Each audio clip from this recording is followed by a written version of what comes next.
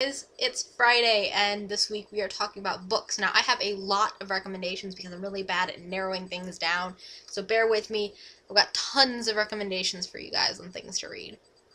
So first I'm going to talk about the fact that I'm working on a project right now, and it's going to last all year. It's that I'm trying to read 52 books by the end of the year, and so far I've gotten 17 down, so I'm ahead of schedule, which is good. Well, I'm not currently reading anything like at this moment because I just finished a book this morning. I just finished reading Horse and His Boy, and I don't even know if I should include this on my list of things I've read because this book is so tiny. It's only like 200 pages, and it's small and it took like 2 days to get through.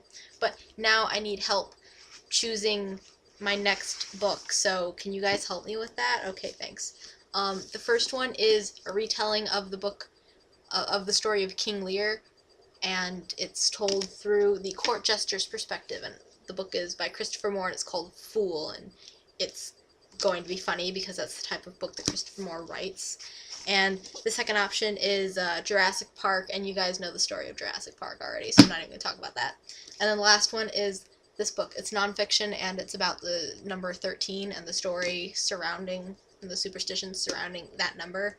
My first recommendation is actually for a book that I don't have right now because I'm loaning it out to a friend, but it's by Christopher Moore, the guy that wrote Fool, and it is called Lamb, the Gospel According to Biff, Christ's Childhood Pal, and it's absolutely hilarious. It's one of the funniest books I've ever read. My next recommendation is The World of Pooh. This was read to me so many times as a child, and I still read it every couple of years just because I love the storyline. This, Nick and Nora's Infinite Playlist, fantastic movie, but we're not talking about movies, so I'm just going to talk about the book.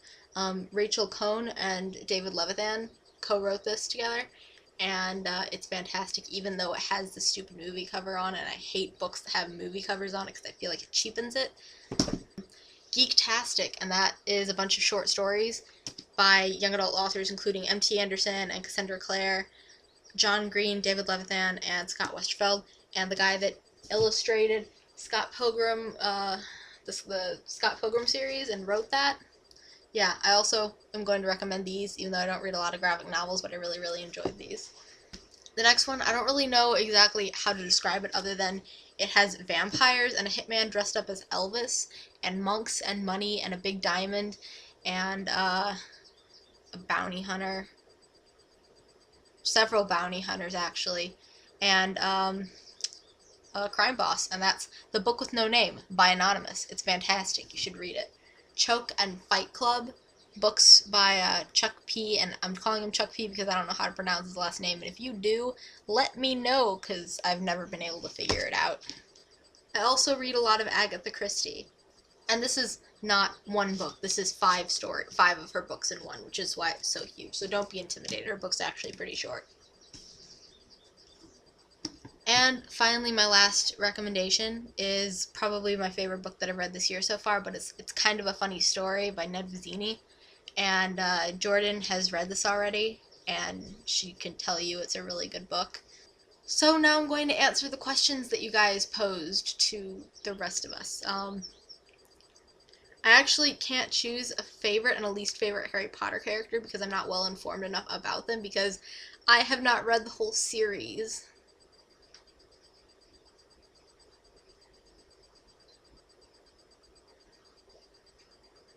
Is it safe to come out? Are you guys gonna hurt me now?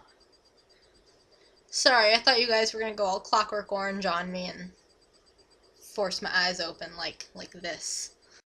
But yeah, I have not read all the books of the Harry Potter series, and I have a video on my personal channel actually explaining that. But the other question is, what is your favorite John Green novel? And that would be Looking for Alaska. I've only read Looking for Alaska and Paper Towns because I'm a horrible fan. So, yeah. That's all I really have, and I have no questions about books, actually. Goodbye.